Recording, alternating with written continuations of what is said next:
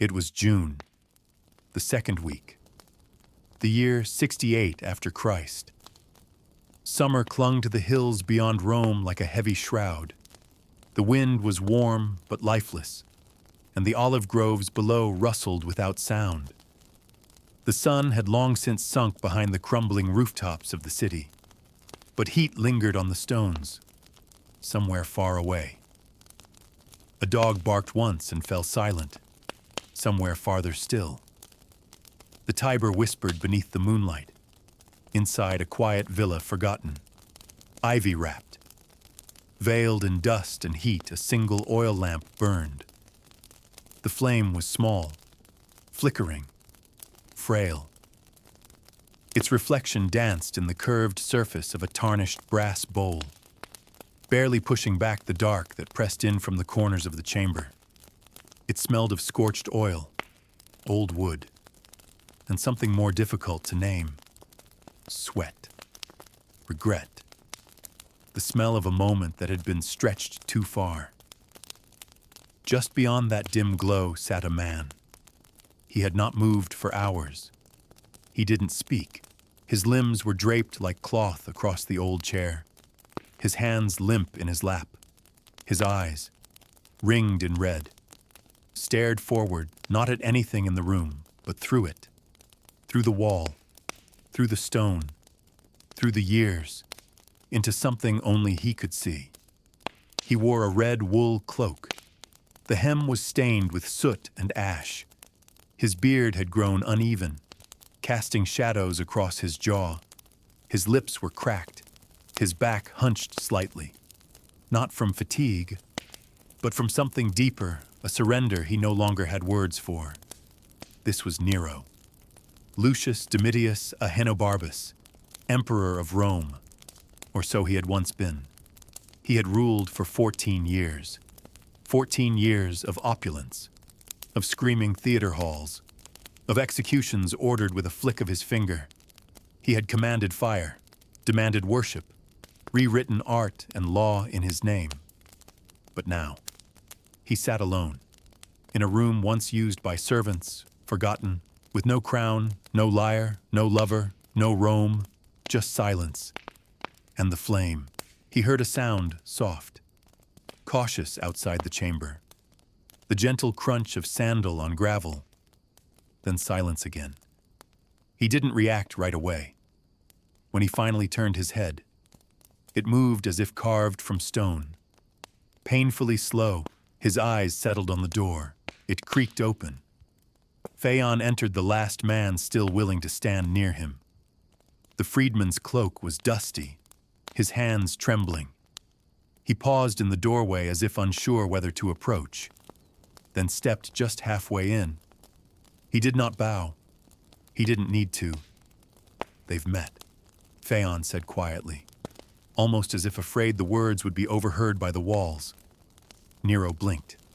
Slowly, his voice came out raw. "And the Senate has named you enemy of the people," Phaon whispered. "Hostis publicus." The words did not seem to land. Nero sat very still. His lips moved slightly, but said nothing. Phaon hesitated, then added, "The guards pledged to Galba. The people want your death. They chant it in the streets." Still. Nero said nothing, for a long moment. The room held nothing but the soft hiss of the lamp. Then he laughed, quiet, thin. It sounded like breath passing through parchment dry. "Barely real, I was once a god to them," he said. Phaon didn't respond. What was there to say outside? The wind stirred again. Leaves scraped the outer walls like brittle fingernails. Somewhere in the villa, an old door groaned as the wood shifted against its rusted hinges. The whole world seemed to be holding its breath. Nero stood. His knees cracked. His movements were slow, deliberate, as though every joint resisted the decision to rise. He walked toward the window, not with purpose, but with the heavy drift of someone moving only because he didn't want to be sitting anymore. Beyond the hills, Rome still glowed faintly beneath the moon. Beautiful, untouched, eternal, as if she had already erased him.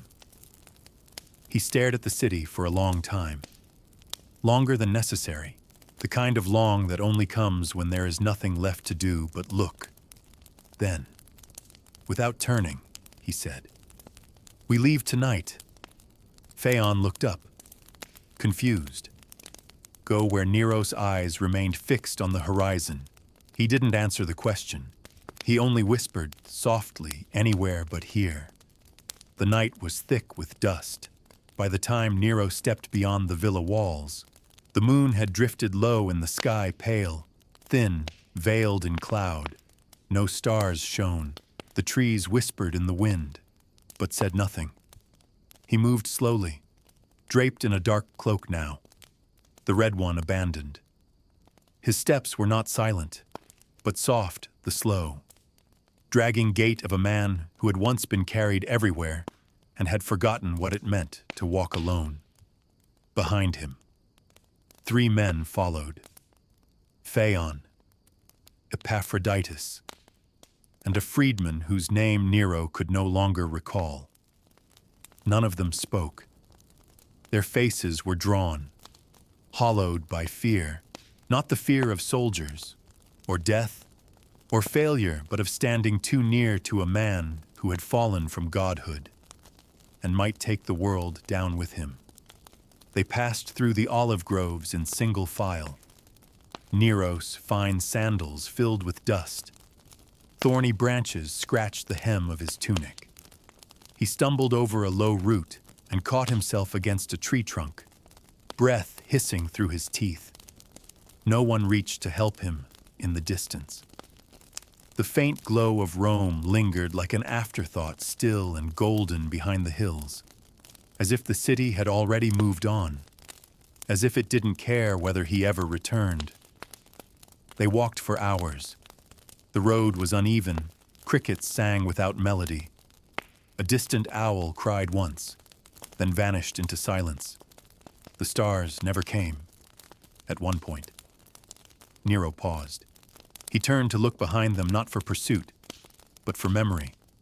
The villa was gone. Only the shape of trees. Only darkness. His knees ached. His breath was short. "We're close," Phaon said gently, to what Nero replied. There was no answer. The path narrowed. Stones gave way to grass. The scent of earth grew stronger, damp and sharp beneath the olive branches. Then a shadow emerged on the edge of the path, a small, squat building, half sunken into the hillside. Not a house, not truly, a stable. Its walls leaned inward, the roof sagged. There were no windows, only gaps in the wood where rain had chewed through. A rusted iron hinge hung from the door. "This is it?" Nero asked. His voice cracked on the final word. Phaon nodded. "There's nowhere else." For a long time. Nero said nothing. He stared at the building, at the broken door, at the silence within. Then he walked inside. The air smelled of rot and damp hay. His sandal crunched as it pressed into old straw. The room was low, almost too low to stand straight. Wooden beams lined the ceiling, crawling with cobwebs in the far corner. Rats scurried from a pile of old rope. The floor creaked with every step. He moved to the farthest wall and sat. The others remained near the entrance. They lit a candle, placed it on a broken box. The flame danced, pale and uncertain. No one spoke. Nero sat on the floor with his back against the stone, his cloak wrapped tight. His hands rested on his knees, but his fingers twitched, uncontrolled, constant. The tremble of a man trying to hold in everything that refused to stay hidden. He lowered his head. Time passed, slowly, like oil dripping down the sides of the candle. And then he whispered, not to the men, not to the room, but to the straw beneath him. "I was not born for this." No one answered. A moth fluttered near the flame. It circled once, twice, then vanished into the shadows. Outside, wind brushed the stable walls with dry fingers. Nero closed his eyes and saw his mother. She stood just beyond memory, tall, distant, golden-haired. Agrippina, the woman who had shaped him, who had whispered his fate into his ear before he even understood the weight of crowns. "You will be emperor," she had said once, her hands cold on his cheeks, "and they will kneel." He had loved her, feared her, needed her. And then he had killed her, not with his own hands, but by his will, by his word. He had told the boatman to loosen the hull, had ordered the beams weakened, had watched from afar as the ship cracked in the night. She had survived the wreck, and he had sent the assassin. He remembered her eyes, not wide with fear, but still proud, disappointed. Not at him, but at what he had become. His breath caught in his throat. "I didn't want that." He whispered. He didn't know if the others had heard. He didn't care. The rats rustled again. His hands would not stop shaking. He looked up. Phaon had placed a cloth-wrapped object on the floor nearby. Nero unwrapped it with slow fingers. A sword, short, Roman, dull at the edge from age or neglect. He stared at it for a long time. He had seen blades before, had watched men cut down in arenas, had ordered deaths by steel countless times. But tonight, the metal looked different. Not sharp, not proud, just final. He reached for it and paused. His fingers hovered over the hilt, and still he did not move. He sat there for a long time. The sword rested across his knees, still sheathed in rough cloth. He hadn't yet unwrapped the blade. He hadn't yet touched the hilt. His fingers hovered above it, trembling faintly in the cold breath of the stable air. Outside, the wind shifted. There were sounds in the distance, now faint, rhythmic, approaching. Hooves, metal, voices, distant, but no longer imaginary. Phaon stepped closer to the doorway, his hand resting lightly on the frame. "Listening. They're coming," he said softly. Nero didn't respond. His eyes were fixed on the sword, but his thoughts were somewhere else. He remembered Octavia, the quiet girl with the too soft voice, the too still hands, his wife, his pawn, the one he had banished, accused, and destroyed. He remembered her face the day she was sent away, not angry, not afraid, just blank, hollow, as if she had already accepted how her story would end. She had never screamed. She had never cursed him. Only looked back once and then vanished into silence. He had given the order, cold, efficient, the kind of order emperors gave and forgot. But he hadn't forgotten. Not really. Her silence had followed him. It was in this stable now, wrapped around his shoulders like fog. He finally lifted the sword. The metal was cold, even through the cloth. With careful hands, he unwrapped it in the candlelight. The blade did not gleam. It dulled. The edge was worn. The handle stained. It looked tired like it, too. Had lived too long. He held it with both hands. He tested the weight. And for the first time in his life, Nero did not know what to do. He had commanded death so many times. He had spoken it, paid for it, sung it into the air like theater. But now, with death in his own hands, he was a child again. Small, weak, breathing too fast. "I can't," he said. The words weren't shouted. They barely passed his lips. I can't do it. Epaphroditus stepped forward slowly, cautiously.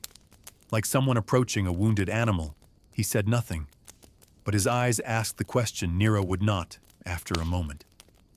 Nero nodded. He raised the blade, pointed it at his throat, but his arms refused. They shook. His chest rose and fell. Too fast. His vision blurred. The tip of the sword kissed his skin. A drop of blood surfaced, and he froze. He turned away from the others. He pressed the sword harder. Just enough. The pain was small, sharp, nothing like he expected. But he still couldn't finish it. His hands dropped, his breath collapsed into a sob, his body folded inward as if trying to disappear. And then Epaphroditus moved. He placed his hands over Nero's. He pressed the blade forward. Nero gasped, not in pain, but in betrayal. And then it was done. Not a deep wound, not a killing blow, but enough. Enough to begin the end. He slumped against the wall, blood trailing down his neck. His eyes fluttered, wide, confused. Not from agony, but from disbelief. He looked down at the stain growing across his cloak. He blinked and whispered, "Is this it?" Footsteps from outside, boots on soil, armor shifting, voices approaching. Phaon stepped back into the doorway. "They're here," he said. Nero didn't move.